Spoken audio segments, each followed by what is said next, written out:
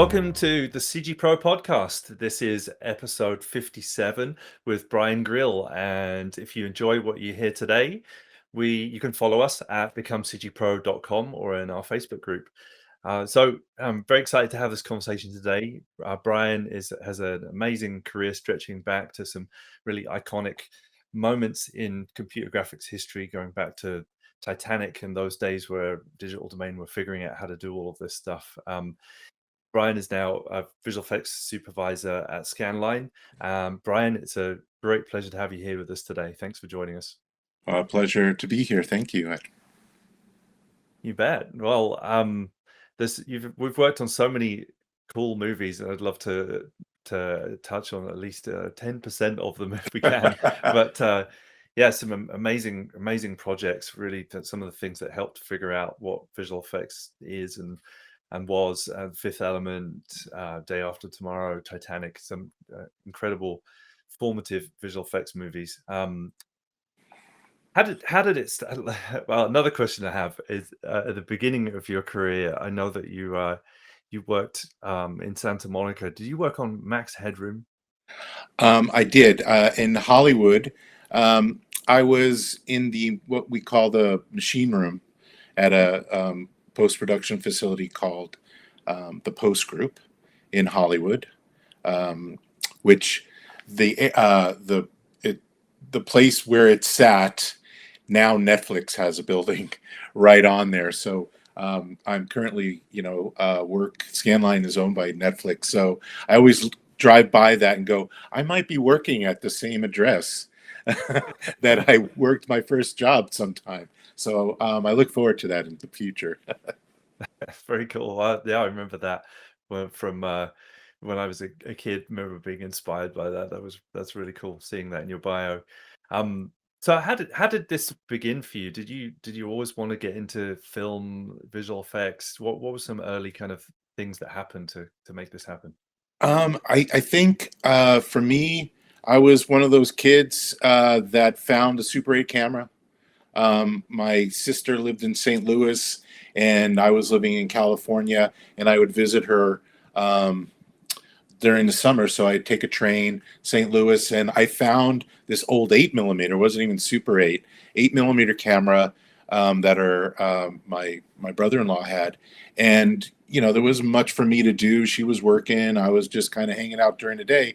And I was able to get film and just kind of coming up with stuff. Eventually, I, met a bunch of kids, and we had Super 8 film, and we would shoot ourselves riding bikes and, doing the $6 Million Man, reversing the film as we would jump off the fence or something like that and blow up models. That was the big thing, get firecrackers, build a model and light it on fire and blow it up. So I guess I've always had that interest. And then it really wasn't until I was 21 where college wasn't really working out for me, and I was working. I was working steady, but I was like really thinking, what am I going to do? And it was an aha moment. I was watching Star Trek, the movie, the original movie, and I saw some really cool effects, and I was like, how did they do that? Like, that was really cool. And found UCLA has night classes, and they have professionals in all different industries, but also the film industry. And at the time, MTV was just starting out. So I love music and I love film. So I took a course called Producing Music Videos and Post-Production in Film and Television. And in the producing music videos, every week they brought in somebody like a producer, a choreographer, a director, an editor. And when the editor came in, I was like, wow, that is the coolest thing, because you get to see all the pieces and then you get to kind of put it all together. And especially, with music videos, it's all sight and sound. And I was just blown away. And fortunately, that editor, Charlie Randazzo, if you look back back in the day, the Post Group was the right up there with doing all the cutting edge music videos at the time. So anyway, there was a tour and of the Post Group in Hollywood, and I went on it. And you go into these edit bays at the time, and they were like rocket ships, big boards with lights, and it was very comfortable in there because the clients were need to be comfortable, and it was just really cool. And I just on the way out, I asked the guy at the film vault where you would bring your all your materials in for the edit session, go, how do I get a job? Gave me a number. And that summer I literally called for 2 months, once a week for 2 months, until finally I got an interview. And I went in there and was talking with the HR person, and she was showing me around and taking me all around, and she really liked me, and I really wanted to work there. And then she looked at my resume, and the prerequisite for the library job was 4-year college education, and I did not have that. And she was like, ah.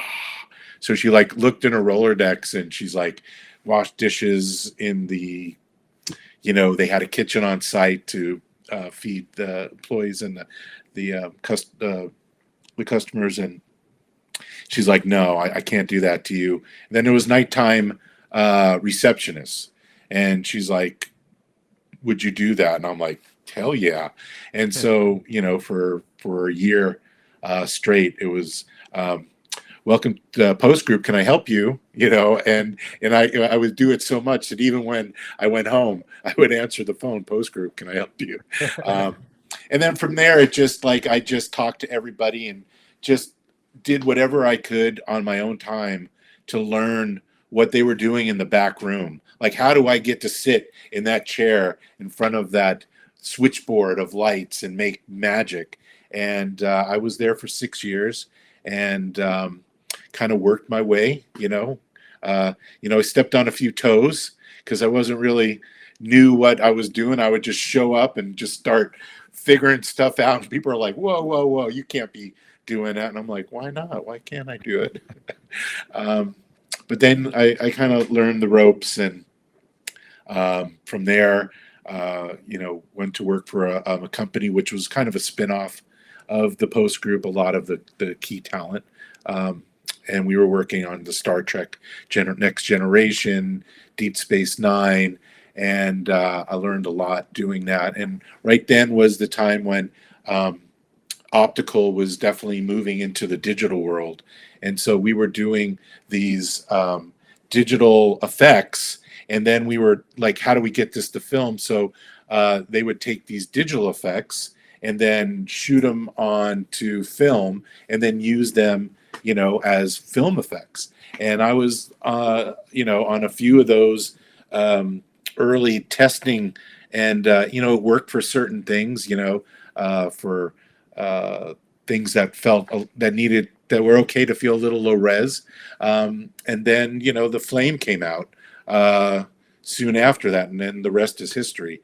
I think when I worked at Digital Domain, and one of the first projects I worked on was Apollo 13, and we had like 12 flames. And then when Titanic came along, there were 17 flames. Like, it was unbelievable, and you're working with all these really talented people, and it was just a really, really great time in visual effects, because it was this kind of new world where we were going from optical to digital, and everything that came with that, including CGI and simulations and stuff that just blew my mind, because I was mostly a 2D type of person, where I would you can take it as far as you possibly can. We were able to take photographs of dirt or some weird thing and map it onto a sphere, and you have a planet. So anyway, that was the heyday. Amazing. Yeah, it must have been a very exciting time. I've heard stories. I mean, my wife Jackie worked at DD for 10 or so years, and friends with some of the people I'm sure you work with, Les Ecker Oh and yeah. Kevin Mack and those guys. Yeah, really, really cool. So, um, actually, initially, I wanted to get into practical effects, and it was after that transition had happened, it made more sense to get into digital effects. And the movie that inspired me was Jurassic Park, and I Oh just yeah. devoured all the making ofs, and like that's what I got to do. Yeah, I just saw a documentary called Jurassic Punk, which is Oh, cool. Yeah. you should definitely check it out. It's a really eye-opening experience of how digital world back then, how it started, and kind of leads you to the path of where we are today. So um, check it out. I will definitely. I haven't seen it yet, but it's on my list. I have less time these days with having kids and a business to run, but I definitely want to see that one. So what? Yeah, you covered a lot of things there. I mean, there's the transition to digital must have been a really significant moment. Were you initially were you working on the flame and then on the compositing side? Yeah, I worked on the Flame, and at the time, Digital Domain was also working on their proprietary compositing software, Nuke, Yeah. and so it was. First of all, that during that time we had a model shop, just like ILM and a lot of the visual effects houses, the few that were around back then. And to me, that was the perfect marriage. We were able to do practical stuff, and we were almost just embellishing at it on a lot of the physically based stuff. And that to me is even to this day, it's really about working with all the departments and figuring out how to make the best visual to help tell the story. And it doesn't have to be one or the other. I think you learn so much, um, A, from working with people, and B, having, like, for existence, we were talking about earlier, having, these wonderful cameramen and women who, maybe in a lot of the movies we do today, a lot of people call some of the stuff that is shot as reference, because the director's like, that stunt didn't quite happen the way they want, or it didn't feel, felt like they might have been on wires. So they're like, how can we make this, feel better? But it's always the camera move. I think the camera and performances always kind of take, the top spot on how good a visual effects shot will be. So I just love that it's really a team effort, and hopefully there can be more of that, instead of I find these days a lot of departments or producers in general just rely on visual effects to do a lot of cleanup work, which is fine. It keeps a lot of people busy, and and it's great. But there's a little bit of, like, I don't want to say laziness, but a little. It'd be great if we can kind of be more together in the thought process and look forward. The executing something so it can stay in the movie, and not have to change it or change your mind every 5 seconds until you end up with version one. Right. Yeah. It's interesting how decisions get made in that whole pipeline, and who makes them, whether they're being made creatively or out of kind of fear of something not being signed off or whatever. It's seeing virtual production start to become more popular, and still finding itself. But for me, that's been an interesting experiment in that, I guess, bringing visual effects and film were very separate for most of my career, and seeing visual effects happen in a completely different location. People wouldn't really speak to each other. You just get a shot at the end of its life and have to service it. But virtual production, it feels like these two worlds are coming together more than ever. Yeah, and I think the key to that is kind of knowing what your what the boundaries are, how to be, use it in the most successful way. Because, there's like anything, there's like a little bit of marketing that happens, like, oh, this new thing. And, you get in there and then you realize, if you just didn't set it up or know what your parameters are, then all of a sudden you end up, maybe changing stuff more than you would like to, because the whole idea is to try to capture something and, in camera, so to speak, and, and then you're good.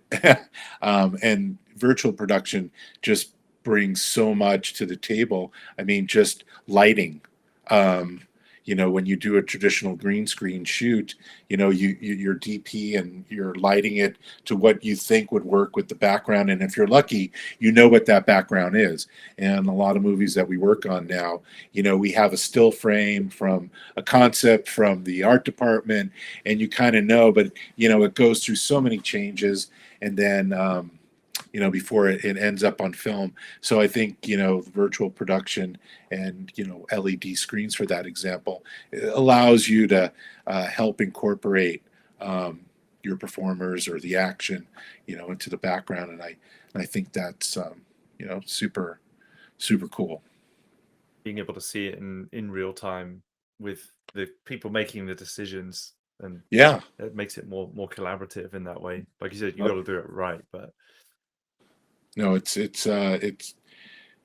when it works well, and when it doesn't, you can see it. But I think like anything, we learn something every day, and we hone in on past experience. Even, like, doesn't always have to rely on the latest, greatest, fastest, better.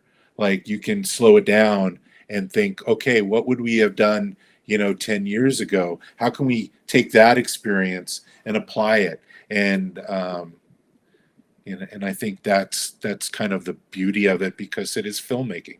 It's not this, that, or the other. It's everybody, like, going, okay, we're in a different location. We got a few different, technical things we can work with, and just, making the best product. And obviously, at the end of the day, it's all about serving the story. It's not about, how technical advanced it is. It's like, does it serve the story? should be that, yeah. It should be about that. Sometimes people, I think, get caught up in the tool and trying to force it to be used because they think it's cool. But yeah, it should definitely, Which is fun. You have to, right? You have to break it. Yeah. You have to break it before you can know, like, how to take care of it, and keep it running, and like a good car. Are you guys starting to use virtual production techniques more these days? Absolutely.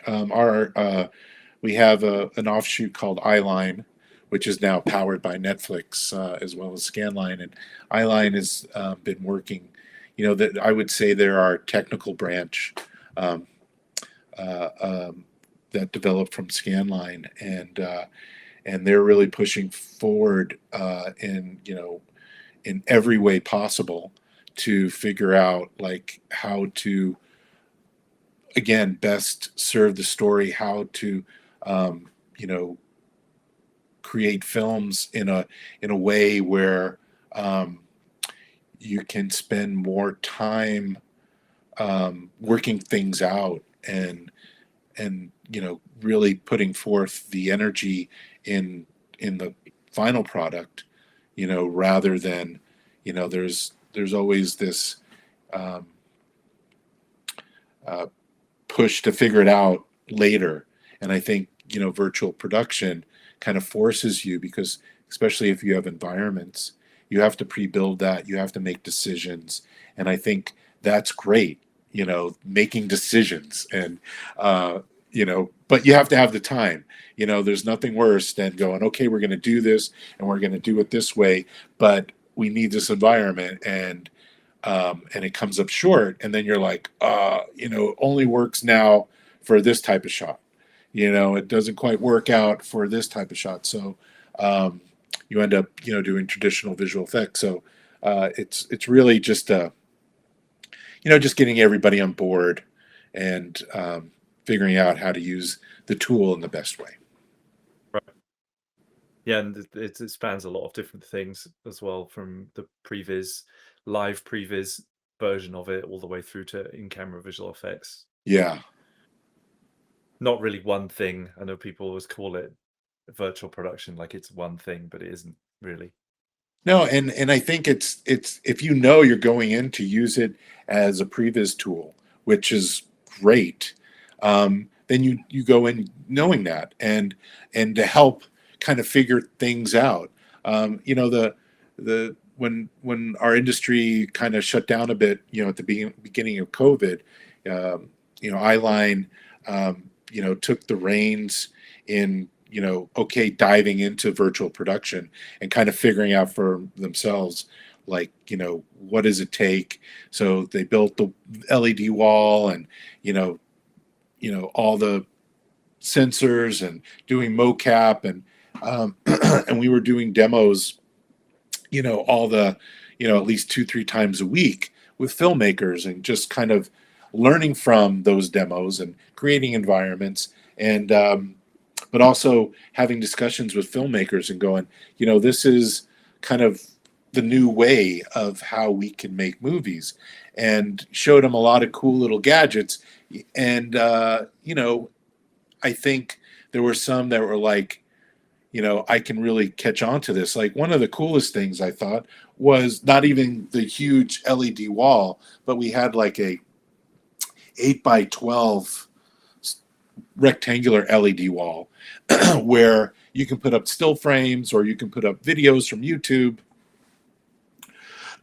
Excuse me. And just like having a conversation on a train, for example, you can have two people sitting next to each other with the background moving, and a director could sit there with their iPhone or whatever, film it, and kind of use it as a tool to kind of figure out like what that scene is going to be, or how they can,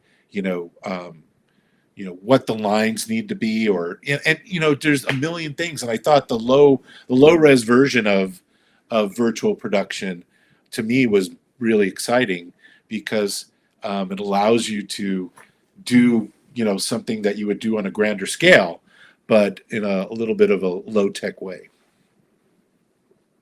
Yeah, you get to kind of, sorry, my camera's died for a second. It'll be back.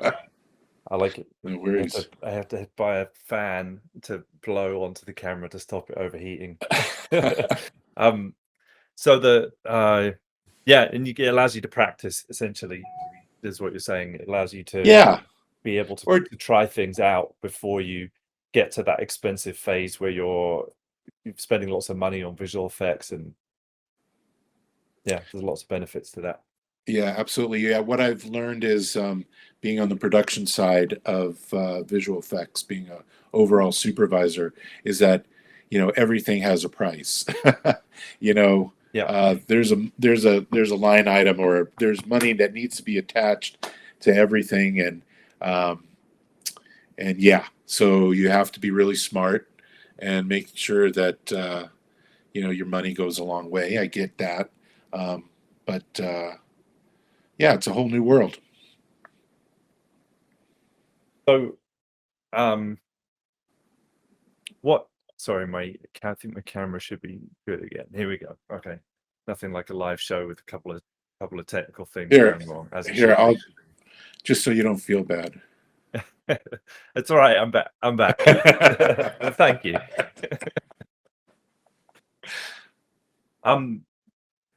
Yeah, I wanted to ask you a little bit about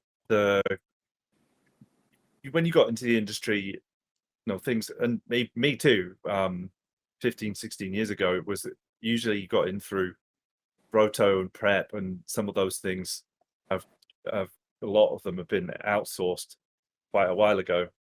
What's it like for somebody new to the visual effects industry these days? What's a typical, if there is one, typical kind of path in at this point? Well, I mean, I think still roto. Like if you want to be a compositor, for example, roto is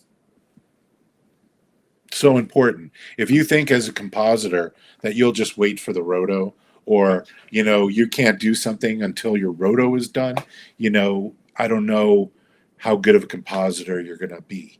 Yeah. At the end of the day, I'm kind of old school in that, where I like to get in there, and maybe my roto is not going to be great, but I'm going to get stuff done, look at it, get it shown, it's about iterations, and if there is somebody doing a roto and I have to wait, so be it, for that final kind of look. But, you got to get in there, you got to grind and, get those answers, and sooner the better, or else the last thing you want to do is you're down the end of the line and you want to final this shot. And, if you wish you had 10 iterations, either to show the director or to figure something out yourself, I think that's really kind of so important, is to, I think people always ask me, like, how did I become a visual effects supervisor? And I think a lot of it was, just trusting in myself and my instinct. So you would get a task, and the one thing I learned very quickly is do the task. Like if a supervisor says, do this, and they want this, this, and this, you do that, and you try, obviously, do your best. And then if you have any ideas, make sure that you do that, kind of figure that out on your own time a little bit. And then when you think you have something that, like, you told me to do this, and you show them, and you're like, well, last night I stayed a little hour or two, and I kind of came up with this. And those are the moments where, you kind of look into it, and you go like, how would I do it? How would I make it better? What are my ideas? And then, have the confidence to kind of put forth those ideas, or, it's, you learn to get thick skin as well, because an artist, you're not sitting there in front of your easel and just making your art. You're making art for many people down the line, so you have to have thick skin, and know how to take constructive criticism and comments, and and when you disagree with them, how do you build yourself back up and get back into the ring and start fighting. And some of those are like, just, instead of just thinking it could be better, try to make it better, obviously, but without, disrupting up the process and time of when things need to be done. Obviously, those types of things, unless you're, a concept artist where they basically say, figure it out and, come up with something, you still need to do what your supervisors are asking of you first. But I think that's one of the things that kind of pushes you forward, is just trusting in yourself. And we all want to see good movies. We all want to have fun doing it, and I think that's a good start. Yeah, some great advice there, and also leading into the kind of soft skills side of it, where you really, like, especially if you want to go into leadership and become a CG or comp soup, or then visual effects soup, you really have to learn the leadership side of things as well, about how to encourage your team. What are some of the things that help you in wanting to progress into leadership roles? Well, I think it really starts with wanting to you learn to be a leader. Like, not, a lot of people have the ability to do certain things. I know a lot of technically and artistic artists who do amazing shot work, but when it comes to leading, there's a certain skill set other than artistic that you need to kind of have. And it, like I said, it took me a while. I wanted to be a leader. I had to learn hard. you know, how to treat people. And basically what I've come out of it is, you know, treat people the way you would want to be treated. And that will go a super long way. Um, and excuse me, I might have to jump out and grab a water. Sure. Yep. But uh, I think that's kind of the key role. I made a lot of mistakes, you know, when I was younger. Um, and, you know, you have to be able to learn from those and hopefully, you know, come out stronger because of it. But once you kind of get an understanding of um, like what it means to be part of a team and how exciting when even what I used to tell my teams were, we don't have control over the final product. Like there is studios, directors, producers, actors, actresses, you know, whatever. There's going to be a lot of people kind of throwing their 2 cents in. But what we do have control is what we're putting out there. Like we have control over our sequences, our shots, you know, to do the best job we possibly can. And at the end of the day, you know, how it fits into the whole, I don't know. You know, hopefully good. But we can be proud. Like I've never been prouder. Just, you know, we would do our monthlies where at the end of a show, we'd string all our visual effects shots together and just show them, you know, one after the other, not in context of the movie or anything like that. And it was just beautiful. And we're like so proud of each other for doing this great work. Now, how it fits in and how it's edited and how it all comes together and the music and all that, you know, again, you just hope everybody's doing their job. But I said, you know, that's our goal. You know, if we can make our monthly's final reel look amazing, then we're probably doing a good job. Yeah. Absolutely. If you do want to go grab a glass of water, let me you're do very, that, please. very Thank welcome you.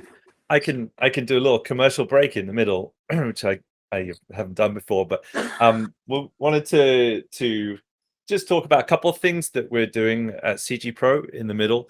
We have a couple of courses coming up where we have game design is on our next class. We're doing game design in Unreal Engine. That is coming up at the beginning of October. We're seeing definitely some people trending towards Unreal Engine. That class is starting to fill up. If you're very welcome to jump into that one. We also have our next world building course in Unreal Engine, which is we're doing with Narwhal, formerly Happy Mushroom, who did all the worlds in the Mandalorian and Book of Boba Fett. We're also always doing Unreal Engine for filmmakers, and that runs every 2 months. So some of the courses that we're running upcoming. And we'll be at Unreal Fest next week. If you want to catch up, if you're coming to Unreal Fest, please do join us at our meetup, which we're going to post some information about. We're going to do a meetup at the event. I'd love to catch up with you there. I'm very looking forward to that event in New Orleans next week. All right, commercial break done, inserted, off the cuff. Here we go. We're back. Thank you very much for that well-needed drink. I totally get it. Yeah, I remember to put that in my notes to recommend that guests grab a glass of water. I thought about it, but it was just one of those things. We started talking, you know, before the show, and it was really fun. So I thought I'd make it.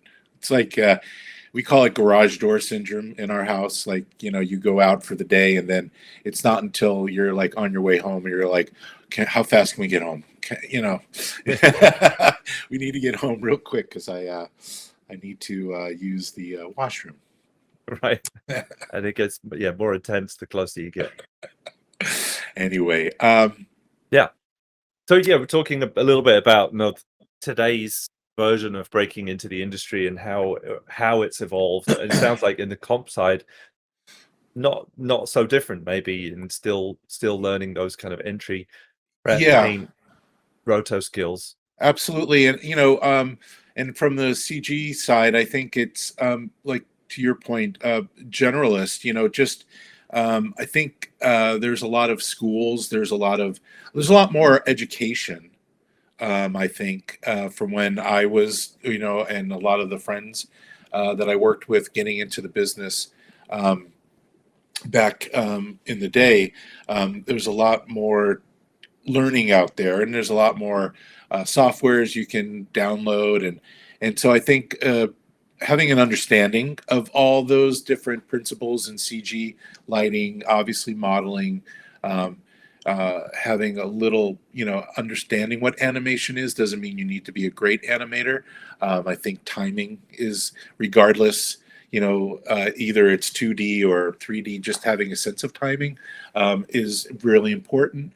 And I would say, to your point, in the world we live in now, uh, softwares like Unreal, which has a lot of all those parameters inside, and I think that, let's be honest, virtual production isn't perfect right now, but I think um, it's going there, and it's going there in a big way.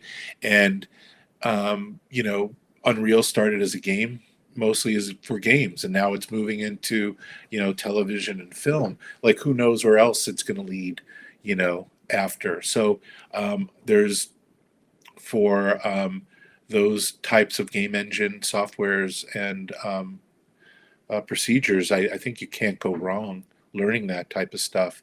I want to learn it. I want to be a world builder. I have ideas. I'm not a visual effects supervisor. That's my day job. Uh, I have projects. I have wonderful dreams of wonderful places and wonderful things. So, yeah, I mean, it's really about the tools, but definitely uh, that would be something I would suggest right off the bat. learning the fundamentals and understanding what's in comp, what are pixels made of in CG, what are 3D things made of. They're still made of the same things they were when 3D was invented, and Yeah, understanding how that works is and more proves what I do. importantly, taking photography classes. Yeah, Learning light and dark. Like, that's, to be honest, that's kind of like, I've never taken those classes, but I have a habit of kind of just gazing out of windows. My wife, is always like, daydreaming. snap out of it. But I like to look, like, just like right now, the trees are moving, the leaves are getting hit by light, and just kind of looking out into the world and just seeing how things are affected. And when the wind blows or when it doesn't blow, or when there's humidity, or the world changes constantly. And that's what I think, at the end of the day, is kind of having a sense of those changes, as minute as they are, or like in Day After Tomorrow, how extreme. Yeah, Which is that's kind of been my calling card. I've kind of a world destructor. Like, I don't know how many cities that I've had part in destruction on the big screen, um, and planets and that sort of thing. So yeah. we should do a course called that. We do a world building in Unreal Engine course. We should do a world destroying in Oh Unreal yeah, Engine course. there's definitely a good feeling when blowing something up or tearing something down. Very, very satisfying. Good Very stress relief. satisfying. Yeah, it takes a while. That's Right. that's what I love. Those types of effects for me they're super hard, because there's obviously physical attributes that you want to maintain, and the simulations. The software gets better and better, where you're able to plug in parameters and get closer to something. But at the end of the day, at Scanline, we were fortunate enough to have a water software called Flowline, and the ability to render over multiple machines. And no matter how close we got to realism, it was always then the director or like wanted it to have a quality, another quality. And so a lot of times, you show them something that's physically correct and it doesn't quite do it for them. They want something bigger, better. And then that's where the art direction comes in. And that's where, it starts breaking a little. But again, at the end of the day, you look at how it plays in the cut and how it plays in the story. And it is that wow moment that you need, for those, whatever frames that is. So, but I always like to start, physically based and, do my homework. Right. Yeah, figure out what an early mentor said, learn the rules before you break them. Exactly. Yeah. Well, yeah, speaking of change and evolving, there's also change and evolution going on in our industry at the moment. Love to hear your thoughts on how what we're going through right now. We're going through this kind of all these changes. We're experiencing striking. I know that yesterday it seems like maybe at least the writer side that's kind of coming back a little bit. How's that been affecting you guys, and what are your thoughts on it? Well, my thoughts are yes. Yeah. We can get back to work. Yep. The rock is only halfway up the hill. I think we all need to get behind the people pushing that rock and get it up the hill so we can get back to work. And so that's number one. Is getting everybody back to work and doing something that we love, and taking care of our families and feeling whole again. Right. But which is a good question in that we've been seeing strikes from the writers and the actors, and they're unionized, and our visual effects community doesn't quite have that support. We don't have that luxury. Yeah. No, but I don't want to belabor it. This industry has grown in tenfold since I started, and it's still growing. And the amount of artists and people that work on films, when you look at the credits, it way outnumbers the whole entity of who is making the film on a lot of projects, and yet we have the least, the quietest voice.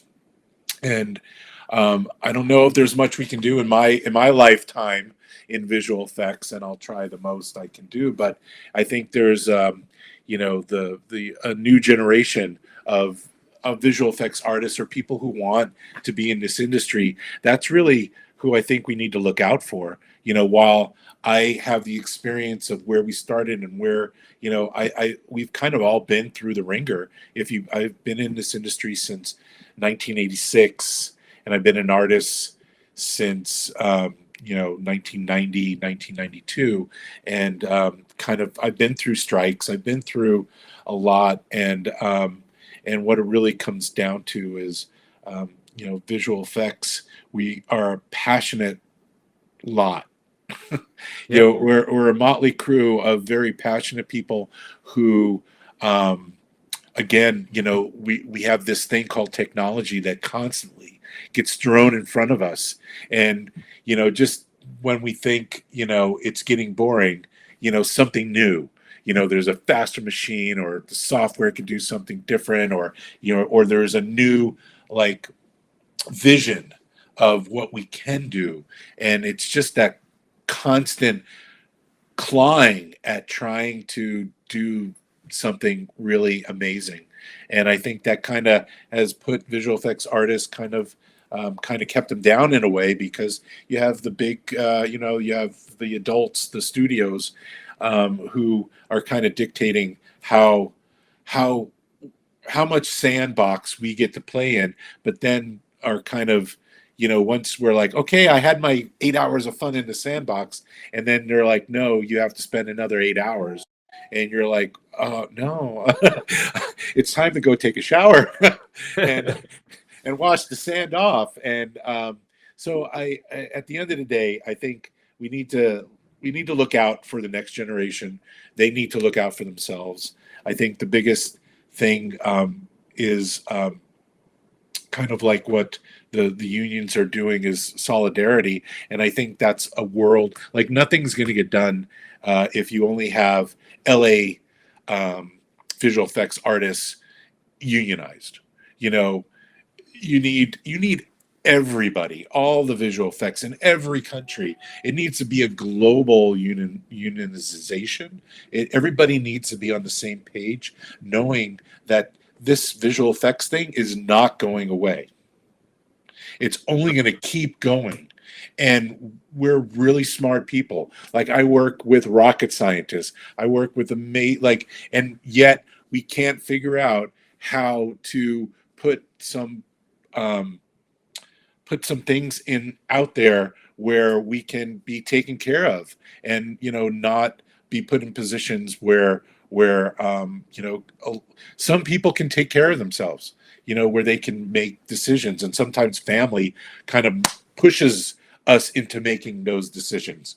And then there's some who just don't have that luxury of and get kind of taken in with the ebb and tide of ebb and flow of the tide, and you can drown, because anyway, it's a really hard discussion, but something needs to be done. We need to, it's not going to get done today, but if we said in 5 years, if we just all put our heads together and say, in 5 years, can we come up with some sort of groundbreaking building blocks of how we can at least initiate some, you know what I mean? That is a way to start, is to actually start, but know that it's not going to be done next month. And maybe it takes 10 years, maybe it takes 20 years, but I think we as a community need to really acknowledge that we're just going to be floating out there unless we have an anchor, and that anchor is taking care of our future generations. If it's our family or our visual effects community. Yeah, no, it's a great point. I mean, really, we were talking earlier about the sleeping under your desk. And we said, I always tried to sleep in the flame suite because they were the most comfortable place to sleep. Yeah. But yeah, if you get a little older and you want to not have to do that as much, the passion is definitely what drove me into the industry as well, and wanting to make it sustainable, as what you're describing. Absolutely. For us to be able to keep doing it because we love doing it.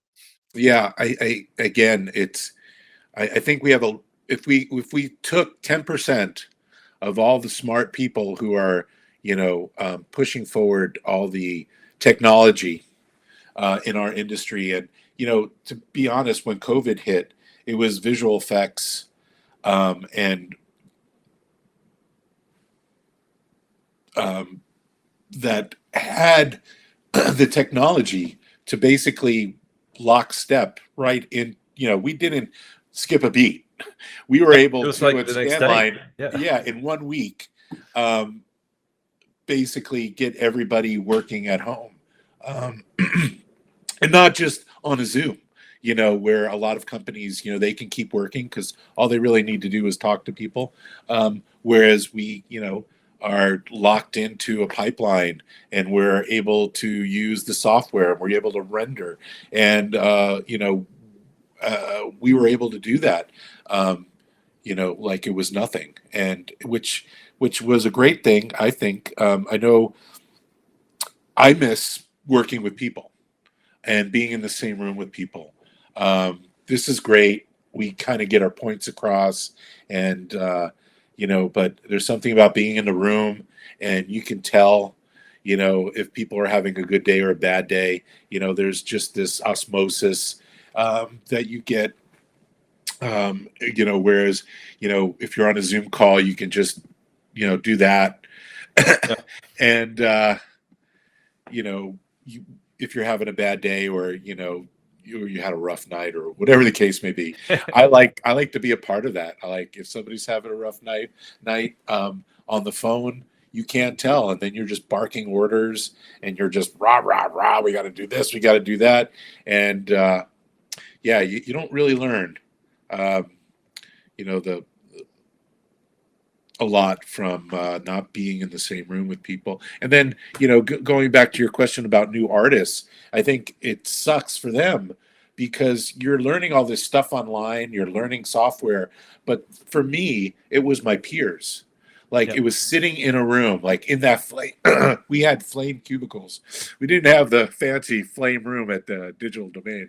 We had flame cubicles, but we were able to raise our head and go, hey, come over here, check this out. And you play it and you show it to somebody and they would, give you their, constructive criticism, and you would show it to a couple other people. And you knew, like, if it can't get past these guys or girls, how's it going to get past my supervisor? And it made you think, and it made, and you learn from that. And I think that's one of the things I really feel we need to get back to somehow is getting the younger generation in the same room with people so that they can learn and not just be a talking head or getting your information from a chat room or which is great. Everything helps, but I have to tell you, man, there's something about a bonding and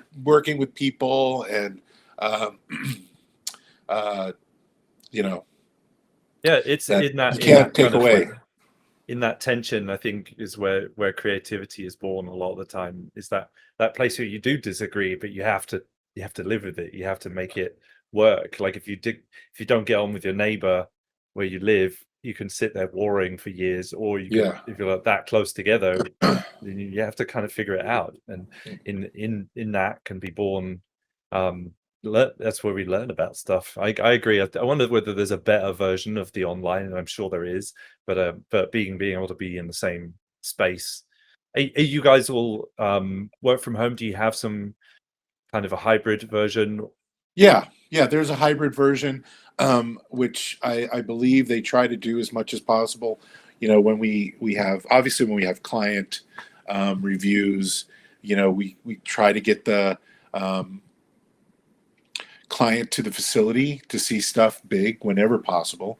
Unfortunately, that has become harder and harder because as a client, they're already, when you go out to shoot, either you're on multiple locations or, when you finally get back after shooting, it's not like you want to be, driving around town all the time.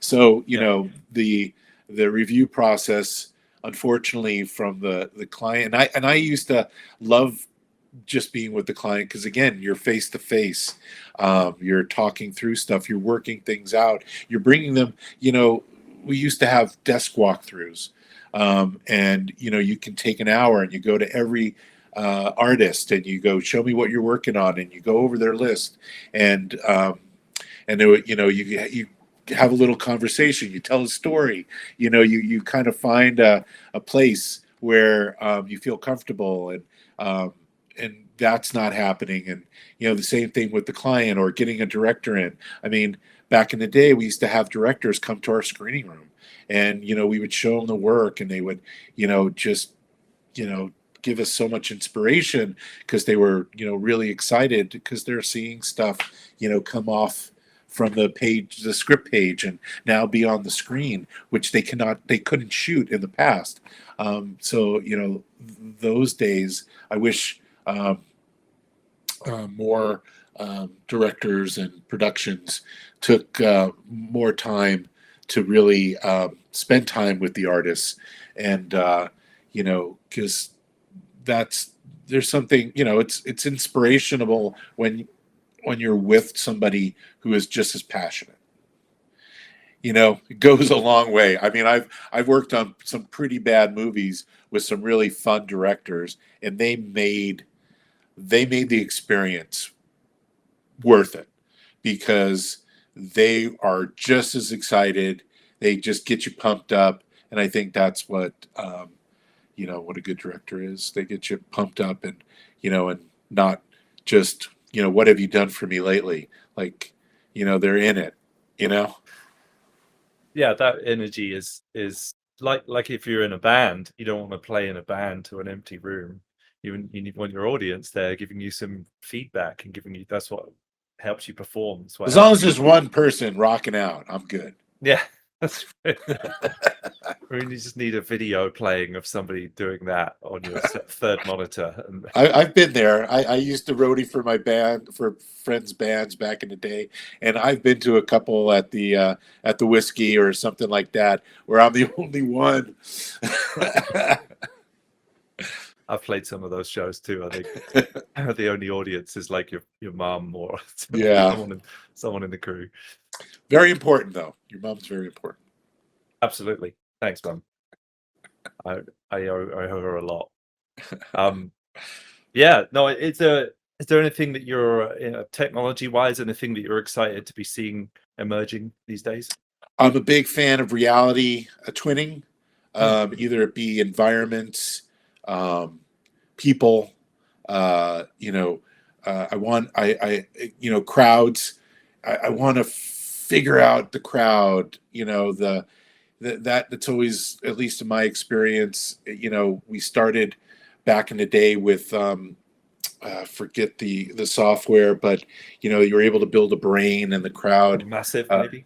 Massive, yes. Sorry, which was amazing, and you know, which is, you know, building a brain. It's a little different than machine learning, I think, because you set the parameters, and it doesn't necessarily get better unless you tell it to get better. You know what I mean? Whereas, you know, now you have machine learning, and you just expect it to figure it out for you, and you know, and then you know you get something, and you hopefully it, you know, it works out well. But I'm all about the brain building, and you know, making sure that you know what's in here gets in there, and not letting it just go off on its own.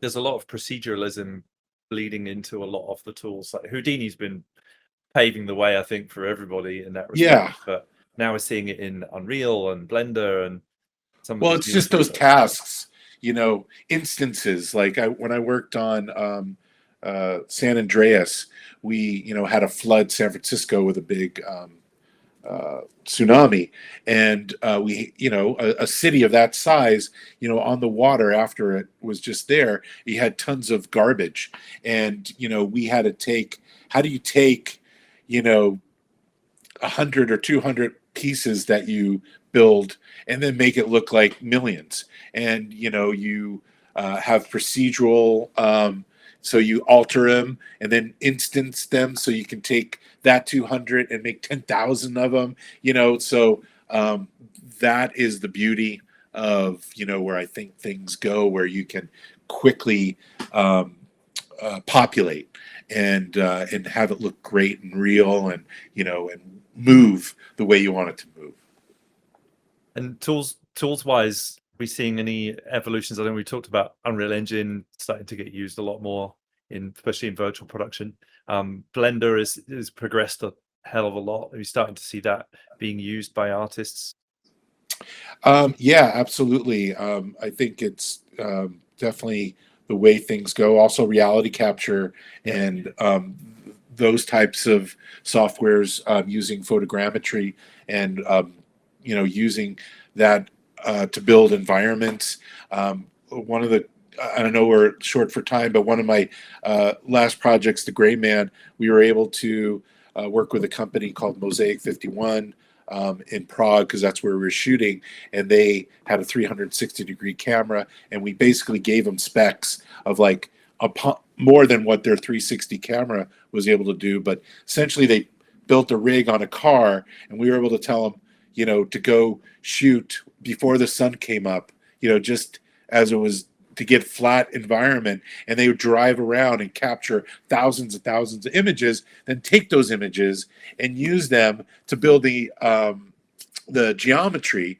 And so now you have a flat image on geometry, and now, which are the building blocks of, creating an environment. We still went out and light art everything, so we had high res geometry, but we just switched that geo out with the photography. And then when we needed our team to build it in the look development, modeling cleaned everything up, and then we basically had that street or that environment, and now we had to go in and make it high res in those areas that we needed to be high res, or build out a building where we knew there was going to be destruction or what have you. But that was the most exciting, doing stuff like that where we were quickly able to create an environment, whereas in the past you would lidar something, and then you would take textures and photography and basically piece by piece kludge it together to make it kind of work. But now you have almost at your fingertips the base that you can build from, and exactly what it looks like, and it's very helpful. So that's cool. Yes, seeing the work that Cesium and Google Tiles have done to kind of bring the whole world into stream into your Unreal Viewport or Blender or wherever, to be able to kind of start off from that point compared to what you used to have to do. Yeah, it's pretty exciting. No, there's some, I can go on and on. I love I love visual effects and trying to figure out how to do it in a way where the artist just has more reference, or starting on a higher level, because there's so much work that goes into what we do that nobody sees. And so our job as supervisors is to kind of figure out how to, okay, we were doing it this way, now let's bring it up a level, and let's jump at a higher point of the production pipeline instead of starting from scratch every time. And there's so many things that people have made now as well, like the libraries that I remember when you used to have to make everything from scratch, as you say, every single polygon or pixel is built from scratch. But now there's the thing of I need an oil rig or something. There's like 50 oil rigs on Turbo Squid that look great. They're just there. Like, it's pretty cool. I mean, I just was on a movie, and usually we would lidar every set, but I have a iPad, and I would, on sets where they were just talking heads, I'd go and at least we had something for tracking, in case we needed to do something. And it's amazing. I couldn't tell you, like, it's so cool. Yeah, I'm with you. I'm excited about it too. Is there anything, as we wrap, is there anything that you'd like to share with the audience? Anywhere they can follow you? Anything that I don't know. I'm around. I'm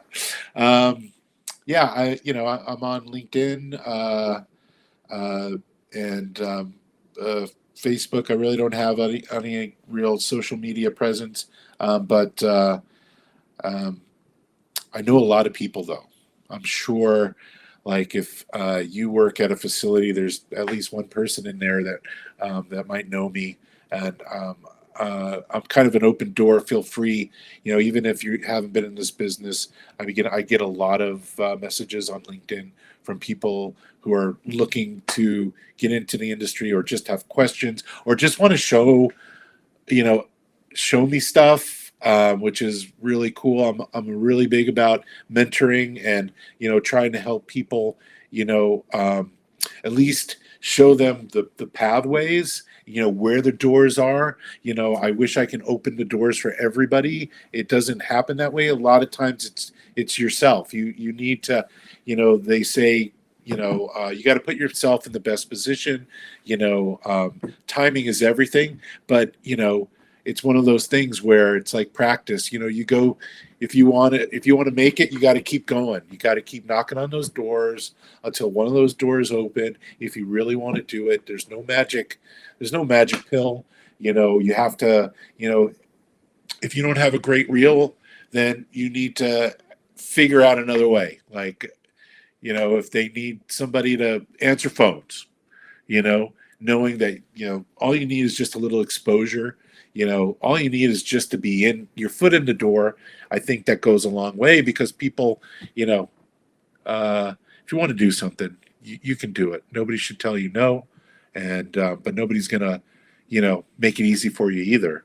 I'll try the most I can, but, I think listening and, just being aware of your environment and knowing what you're getting into, like we were talking before, like, this industry, like a lot of industries, has its ups and its downs, and you should be listening to all of those things.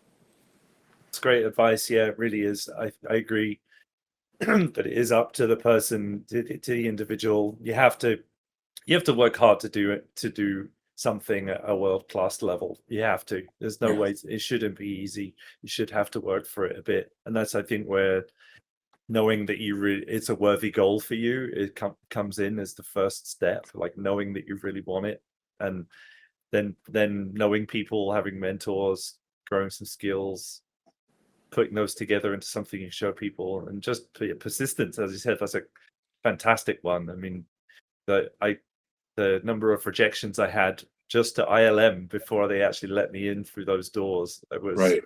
I think 6 or 7.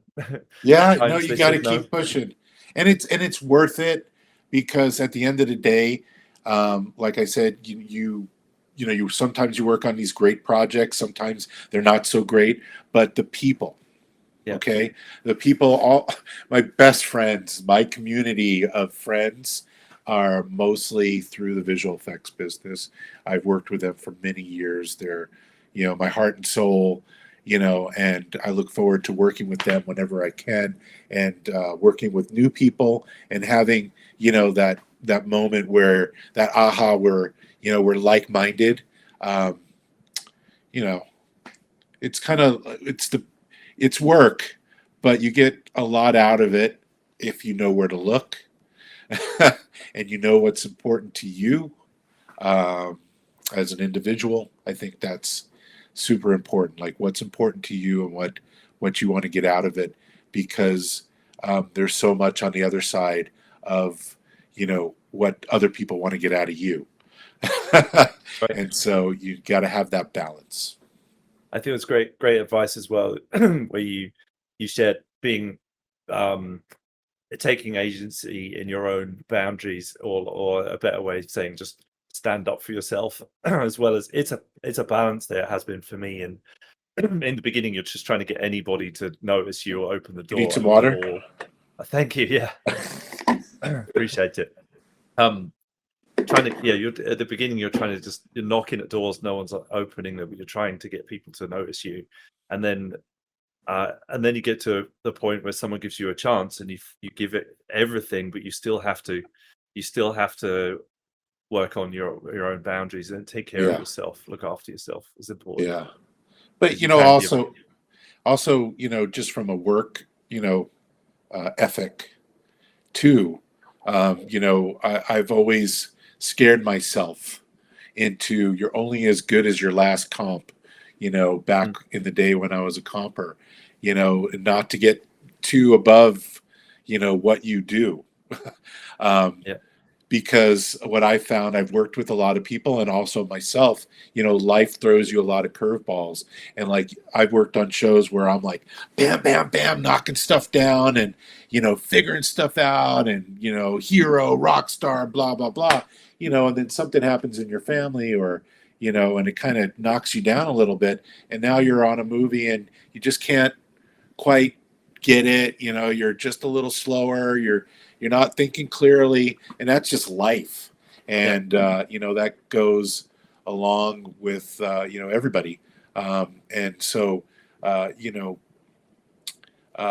have to kind of be able to look at your your peers and the people around you, and know that and be good with that, because life is there for everyone. Like, we all get hit with those real life situations, and it's kind of like, my favorite is from I think it was one of the Rocky movies, where he was yelling at his son, not yelling, but he was trying to tell his son, because his son was saying that all the bad things in his life came because he was, the son of Rocky Balboa.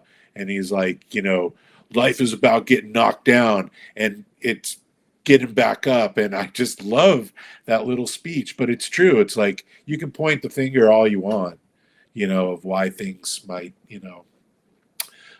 not go your way, or but at the end of the day, it's like having those things happen, and figuring out how to keep moving forward, and try to learn from it and grow. Yeah, no, that's great advice. It's yeah, because you're right, those things will happen. They do happen. I remember lots of times I've been like the king for a day, and then the next day you're the opposite of that somehow. Yeah. And it happens, and it's okay. And It happens to all of us, and that's why, you really need to kind of know your, uh, know yourself, and know that you're yeah, nobody's perfect. I think a lot of this stuff applies, to any industry too. Like you quoted the Rocky movie. I love that quote as well. I love that one. It's just it's in what it implies, which is that you don't expect to just be king for the day every day. It's not going to be that way. You're going to have times where you just feel like giving up, or you feel like you're no good, or there's that creeps into everybody's All the psychology. time. Even, I'm not immune to that either. But what I've found is, like, I love taking a really I like creating time so I can take a little walk and just kind of mull it over, and then give myself time to talk myself out of it, and just start pumping myself up, and a lot of time it's music, and music gets me through a lot. Yeah, that's great advice too. I think that taking a break, stepping away from things is always a great way of solving problems. To walk away from it, and Oh yeah. something loosens up and you figure it out, or you just getting your body moving, and that's often the way I've figured things out. Like my last boss would say, okay, I need to like book a hike to figure that one out. Exactly. And then everybody's different, right? So Yeah. you just need to find that outlet to give you the space. That's all. Well, Bryan, thank you so much for coming in today. I really appreciate you. It's been tremendous fun, great Oh, conversation. good. I appreciate your time. Thanks for sharing all your wisdom, at least some of it anyway. I know there's more. That's all I got. Unless you got a quarter, you can put it into, maybe something else will pop out. But I'd love to have you back sometime. Maybe you could come and chat to the school at some point. But it's been a real pleasure. anytime, let me know. Amazing. Well, thank you. Yeah, thank you again. And thanks also to our audience. Thanks for showing up today. And I appreciate you all being here. We look forward to seeing you again in another couple of weeks for episode 58. And we've been CG Pro. This is the CG Pro podcast. Follow us at becomecgpro.com. If you're at Unreal Fest next week, we'll be there live in real life, not just over Zoom. So it would be great to meet you. But thanks, everybody. Have a great day, and we'll see you Bye. soon. Take Thank care. you.